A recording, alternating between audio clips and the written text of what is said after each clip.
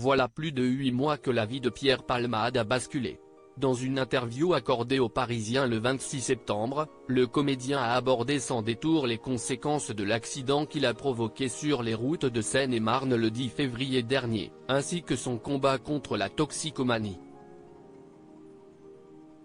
Je me rends compte que la thérapie est nécessaire parce que j'étais tombé très profond dans la drogue, dans la toxicomanie lourde, a confié l'ancien partenaire de scène de Michel Larocque. Dans cet entretien à cœur ouvert, Pierre Palmade a également évoqué ses difficultés à combattre l'addiction. Si je suis dans un contexte particulier favorable à la consommation, cela peut être très dur de résister. Voilà pourquoi il évite, en général, les bars et les établissements de nuit. Malgré une thérapie antidrogue suivie à Bordeaux, Pierre Palmade a révélé qu'il avait rechuté en consommant des produits illicites lors d'une soirée en juin dernier. Le comédien est revenu sur les événements du 24 juin, qui l'ont conduit à reconsommer des substances illicites. J'étais seul à Bordeaux, j'étais sous le feu de tous les regards dans la rue, des invectives par les passants, s'est remémoré l'humoriste. En rentrant des narcotiques anonymes, je suis passé devant un bar gay, j'ai voulu y trouver du réconfort, des sourires, je suis entré. Les gens étaient gentils avec moi, je ne pensais qu'à me changer les idées, je me suis laissé entraîner dans une discothèque gay. C'est à ce moment-là qu'il a fait face à une situation de craving, un désir irrépressible de consommer de la drogue, qui l'a poussé à reprendre de la 3-MMC, un type de drogue de synthèse.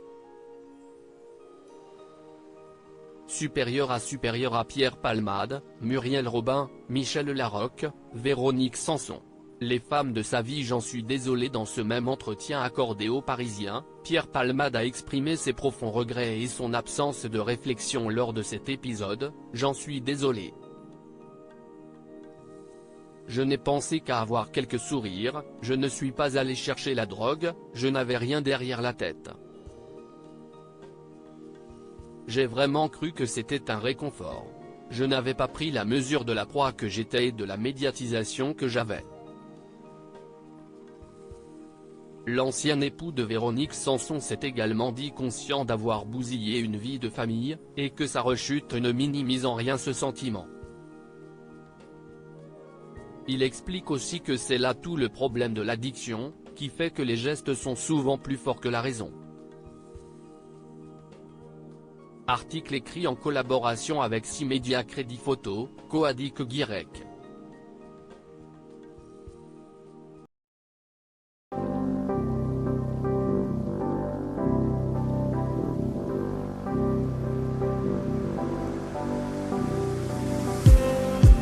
Just need some that will wake me up enough to fight, 'cause you let me down it for me to not let me count the minutes. I just need some new, make me come up.